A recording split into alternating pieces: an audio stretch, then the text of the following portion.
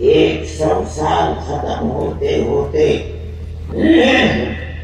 اسلام عرب سے چل کر ہندوستان میں پہنچ گیا تھا۔ جو لوگ تاریخ کو جانتے ہیں وہ اس چیز کو بھی جانتے ہیں۔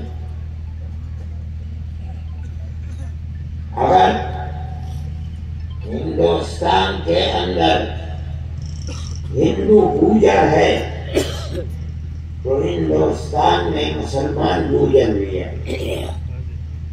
اگر ہندو جاٹ ہے تو مسلمان جاٹ بھی ہے۔ اگر ہندو پٹیل ہے تو مسلمان پٹیل بھی ہے۔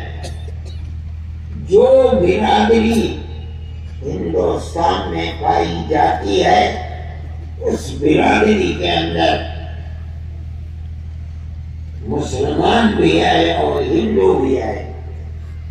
پھر ہمارا رہنا سہنا ہر گاؤں کے اندر، ہر شہر کے اندر ہندو اور مسلمان کے ساتھ کب سے رہنا ہے نہ ہندو اسے جانتا ہے نہ مسلمان جانتا ہے۔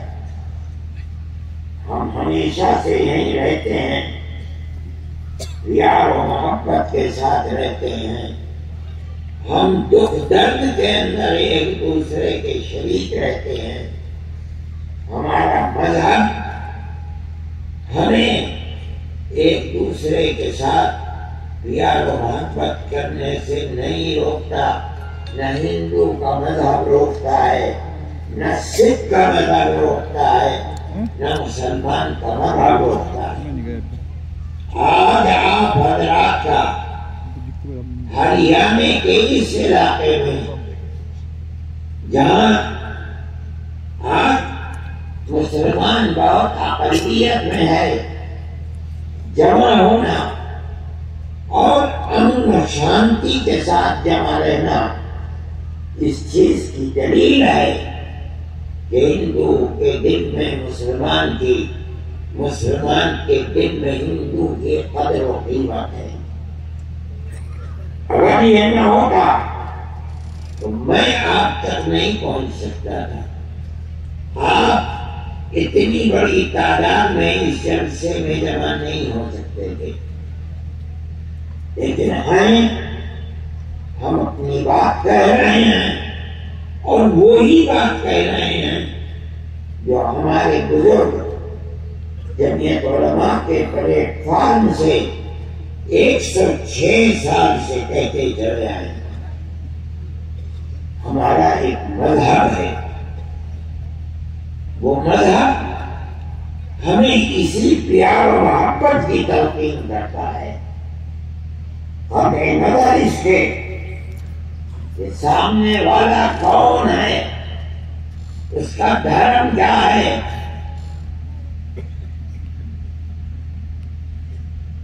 ہمیں پیار و محبت کے ساتھ رہنے کی تلقین کرتا ہے۔ قرآن ہمیں سبق دیتا ہے۔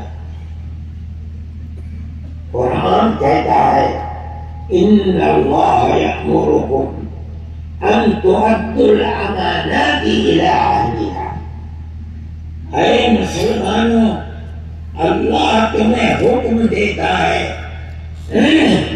کہ جس انسان کا جو حق تمہارے اوپر ہے اس آدمی کو اس کا حق ادا کرو۔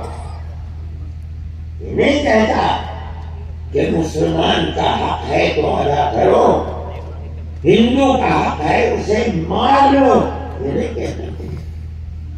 اگر سکھ کا حق ہے اسے ادا نہ کرو، یہ نہیں کہتا۔ قرآن کہتا ہے۔ اس کا مطلب ہے ہمارے عقیدے کے مطابق کہ اللہ ہمیں یہ تعلیم دیتا ہے کہ تم اگر دنیا سے اس طرح جاؤ گے کہ تمہاری گردن پر کسی ہندو یا کسی مسلمان کا حق ہوگا تو کل اللہ کے سامنے تمہیں اس کا حق ادا کرنا ہوگا۔ یہ قرآن کی تعلیم ہے۔ میں آپ کو قصہ سناتا ہوں اس آیت کے نازل ہونے کا۔ ہجرت سے پہلے ہمارے آقا حضرت محمد صلی اللہ علیہ وسلم مکہ معظمہ میں تھے۔ ایک شخص تھے وہاں جن کا نام عثمان تھا، کعبے کی چابی ان کے ہاتھ میں رہتی تھی۔ وہ ہفتے میں 2 مرتبہ کعبے کو کھولتے تھے اور اس کے دروازے پر کھڑے ہو جاتے تھے۔ ان کا جس کو جی چاہتا تھا جانے کی اجازت دیتے تھے، نہیں جی چاہتا تھا روک دیتے تھے۔ ایک دن حضرت محمد صلی اللہ علیہ وسلم نے جانا چاہا، انہوں نے منع کر دیا، کہا تم نہیں جاؤ گے، ہمارے مذہب کے مخالف بھی ہو اور ہم تمہیں کعبے میں جانے نہیں دیں، ہم نہیں جانے دیں گے۔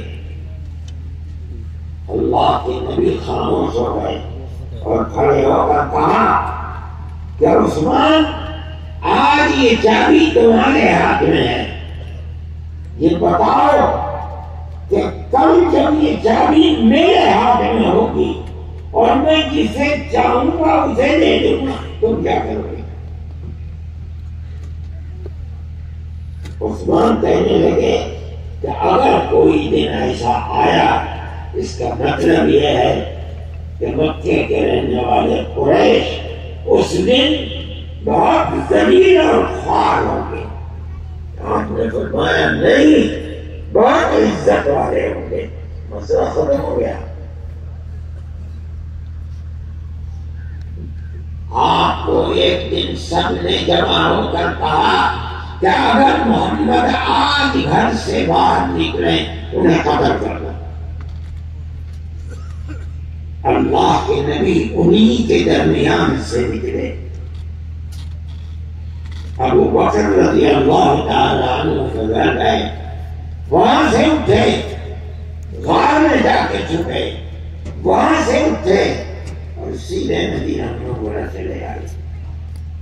اب دیکھیے، 1 سال، 2 سال، 3 سال، 4، 5، 6، 7، 8 سال گزر گئے۔ ایک معاہدہ ہوا قریش سے، مکے کے رہنے والوں سے، انہوں نے خود اس معاہدے کو توڑ دیا۔ جب توڑ دیا تو اللہ کا نبی جو 8 سال پہلے ایک ابو بکر کے ساتھ آیا تھا، 10,000 آپ کے اشارے پر مر مٹنے والے لوگوں کو لے کر مکے میں گیا اور چٹکی بجاتے بجاتے مکے